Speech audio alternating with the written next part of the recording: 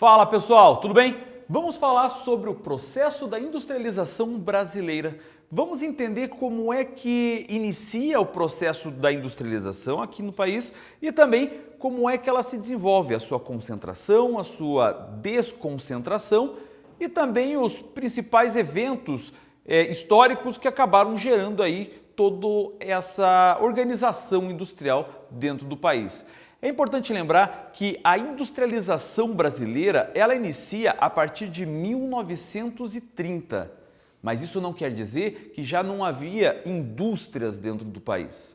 Portanto, é importante lembrar que antes de 1930, a economia, a base principal econômica do país era o ciclo do café. A economia cafeeira era algo extremamente importante para o desenvolvimento econômico. Mas existia um grande problema na economia antigamente, que o país priorizava somente um determinado ponto econômico. Então, a economia brasileira era pautada, em grande parte, à produção de café, exportação principalmente para os Estados Unidos.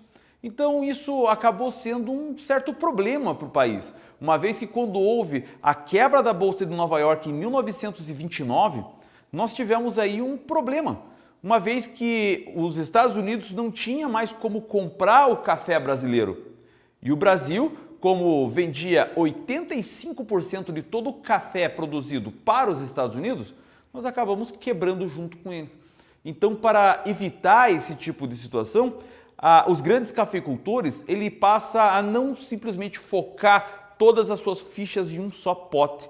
Ele passa então a diversificar. Ele pega parte desse dinheiro do café e começa a investir na produção industrial, também na região de São Paulo. O interior de São Paulo, economia cafeeira, interior, norte do Paraná, parte de Minas Gerais, e agora tem a parte industrial focado na região metropolitana de São Paulo, que iria surgir tempos depois. Mas ali nos arredores de São Paulo, então, começa o surgimento das primeiras indústrias, de fato, que impulsionam a industrialização no Brasil.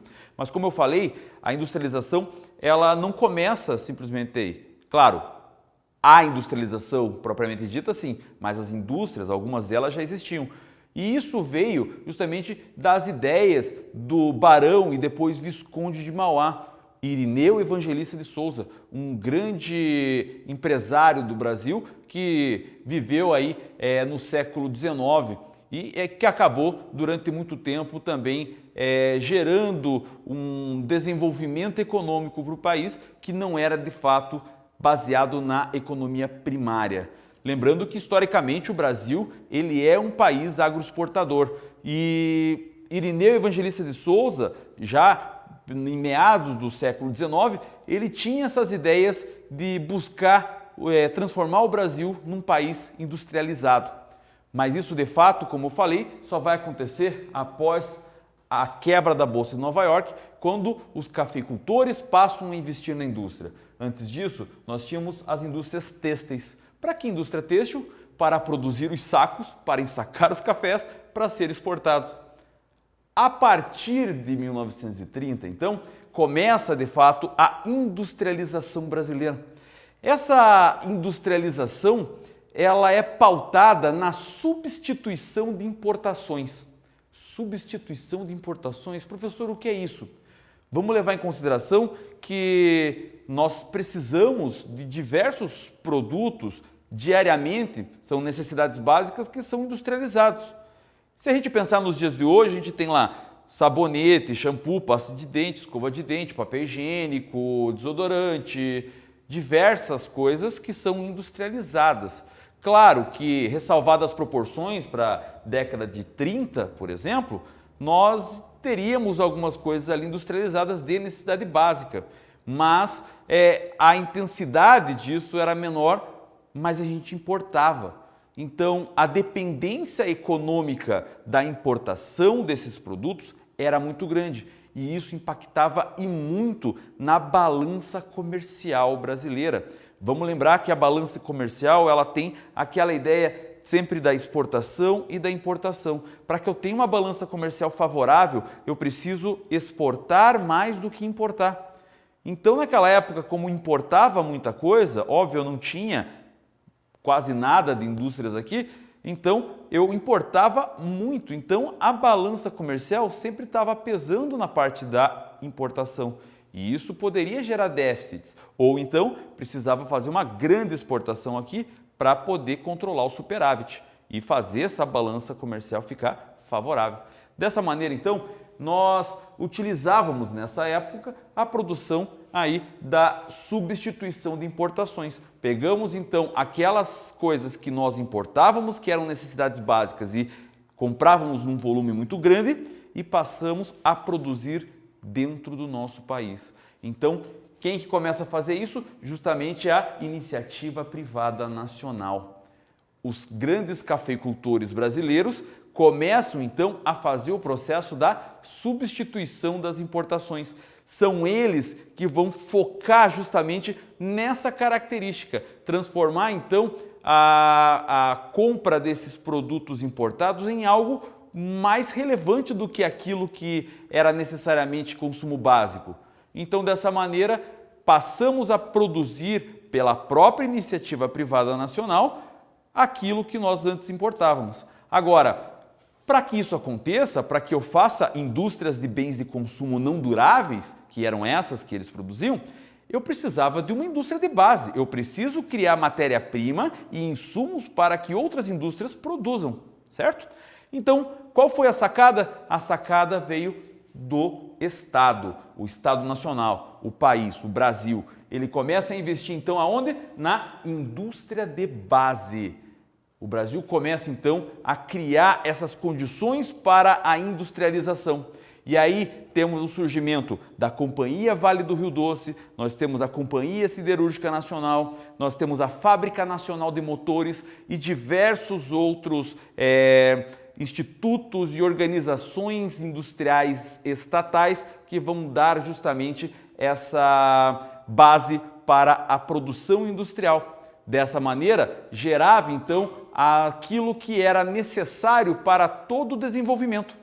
Agora, e quem ia construir as máquinas? Quem ia construir a parte mais durável desses bens de consumo? Aí é aberto o mercado para quem? Para a iniciativa privada exterior, para o mercado internacional. Surge então aí nessa época as primeiras montadoras que vêm se instalar na região. Surge também algumas indústrias químicas, algumas indústrias que faz o refino do petróleo que poderia ser trazido para cá. Dessa maneira, então, nós criamos nessa época uma base para o desenvolvimento industrial do nosso país. E assim, então, poderíamos começar a melhorar todo o desenvolvimento, deixar de ser um país agroexportador e começar a substituir importações e também gerar transformações de matéria-prima. Só que aí chega as décadas de 1950 e 1960. Em 1950, mais precisamente, nós vamos ter aí uma característica bastante importante, porque é importante que nós tenhamos um domínio sobre os nossos recursos naturais, principalmente nossos recursos minerais. E aí então é utilizado a grande sacada das jazidas petrolíferas do Brasil. Então, na época, surge então a Petrobras, com o grande slogan: o petróleo é nosso. Vamos então tornar que esse recurso natural, esse recurso mineral, esse recurso energético seja de propriedade de fato dos brasileiros. E aí então surge essa grande empresa estatal do país, que é a Petrobras. Dessa maneira então, toda a geração de energia de combustível fóssil passa a ser então da Petrobras, uma estatal forte e importante que vai estimular todo o desenvolvimento industrial e também começa a gerar o estímulo dos transportes no Brasil. Junto com isso, ainda na década de 50, vem a construção de Brasília. A construção de Brasília estimulou a indústria, principalmente a metalúrgica, a siderúrgica e também a construção. Dessa maneira, começaram a gerar estímulos à produção industrial de maneira que a população consumisse aquilo que estava sendo produzido nas indústrias. Uma grande sacada do governo foi gerar uma malha de transportes do Brasil de maneira rodoviária. E isso incentivaria a população a utilizar automóveis. E esses automóveis, então, seriam comprados das grandes montadoras que estavam no país, e isso estimularia aí a economia, uma vez que o transporte é feito por automóveis, por caminhões. Eu vou comprar um automóvel. Comprando um automóvel, eu estou fazendo com que a indústria produza e vai ter que ter um funcionário para produzir esse automóvel. Eu estou gerando emprego. Esse estímulo ao consumo começa a gerar também um desenvolvimento industrial e uma geração maior de emprego e de renda. Isso passa a ser bastante importante, então, quando há esse estímulo ao consumo industrial. Começa um processo de muitas propagandas de automóveis, de eletrodomésticos, que acabam sendo veiculados com o intuito justamente do quê? De fazer a população consumir aquela produção industrial. E isso acaba gerando aí uma melhoria nas condições de riqueza e também de produção secundária do país. Agora, chega lá na década de 70 e 80, nós já entramos num processo aí da ditadura militar, onde começa a fazer uma retração novamente para o nacionalismo. Enquanto aqui, 50 e 60, nós tivemos aí uma abertura do mercado para as grandes multinacionais, principalmente as automobilísticas, aqui nós vamos fazer já uma nacionalização dessa situação. A ideia era que a indústria precisava ser de base nacional, a indústria precisava ter aí essa segurança nacional. E essa era uma grande preocupação do regime militar. Então, começa a preocupação em ocupar espaços desabitados do país. E surge, então, a Zona Franca de Manaus.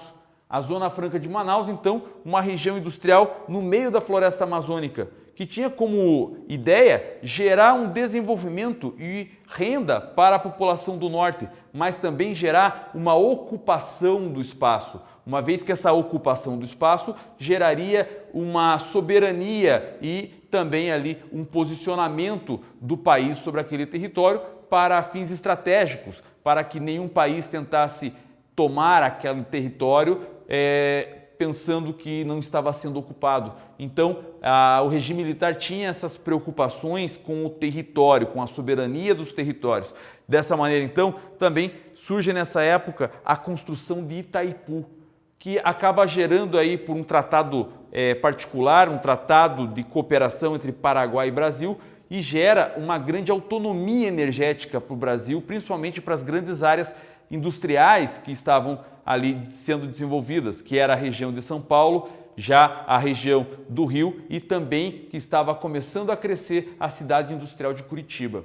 Dessa maneira, então, a construção da usina de Itaipu passa a ser bastante importante, além do projeto Carajás, que é na região do Pará, acaba gerando uma nova jazida de minérios de ferro e de manganês, que pela Companhia Estatal Vale do Rio Doce passa então a ter aí um grande potencial para a produção de aço e também a sua exportação, gerando mais riquezas aí. Só que aí passa todo o processo do regime militar e volta a abertura do mercado industrial na década de 90. Então começa um processo de entrada cada vez maior aí de diversas indústrias multinacionais ou transnacionais, dependendo aí do autor, ele acaba chamando dessa maneira.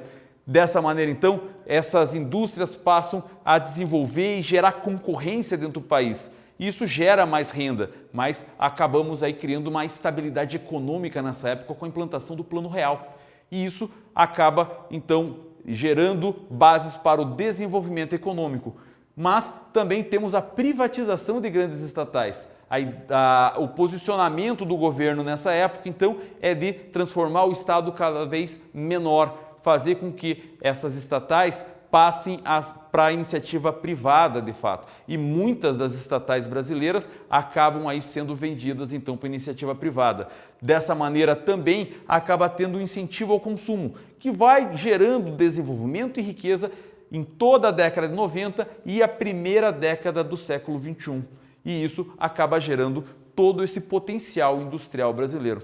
Eu fiz um apanhado aqui sobre o processo da industrialização brasileira, Vejam que ela começa em 1930, que ela começa justamente quando há uma crise mundial e há um posicionamento do investimento econômico.